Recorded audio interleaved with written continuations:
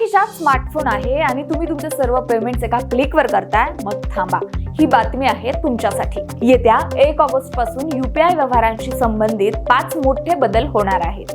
Google पे, phone पे, Paytm वापरकर्त्यांपासून ते bank खातेदारांपर्यंत सगळ्यांवर याचा परिणाम होणार आहे। काय आहेत हे बदल?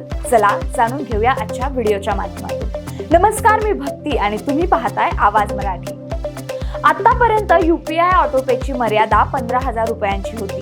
आता ती थेट 1 लाख रुपये होणार आहे। यामुळे म्युच्युअल फंड, विमा प्रीमियम, एसआयपी आणि क्रेडिट कार्ड पेमेंट सारखी मोठी आवर्ती पेमेंट सेट करणे सोपे होणार आहे। यामुळे डिजिटल पेमेंट्स आता आणखी स्मार्ट होणार आहे। यातील दुसरा बदल असा की 2,000 रुपयांपेक्षा जास्त रकमेच्या व्यावसायिक व्यवहारांवर 1.1% मर्चंट डिस्काउंट रेट आकारले जाणार आहे। म्हणजेच दुकानदारांना हे शुल्क द्यावे लागणार आहे। ग्राहकांसाठी ही चांगली बातमी आहे, मात्र व्यावसायिकांचा खर्च आता वाढणार आहे। तिसरं म्हणजे एचडीएफसी बँकेच्या पेझॅप ॲप वापरकर्त्यांसाठी मोठी बातमी आहे।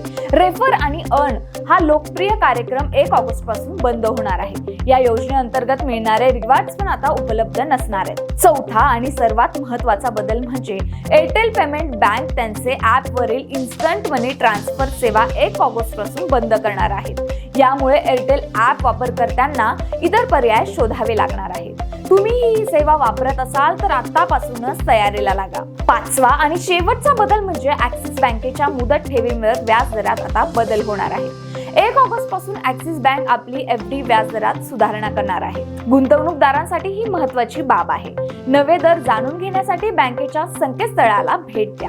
हे 5 बदल तुमच्या डिजिटल व्यवहारांना नवे वळण देणार आहेत। तुम्ही ही यूपीआय वापरत असाल तर हे बदल नक्की लक्षात ठेवा।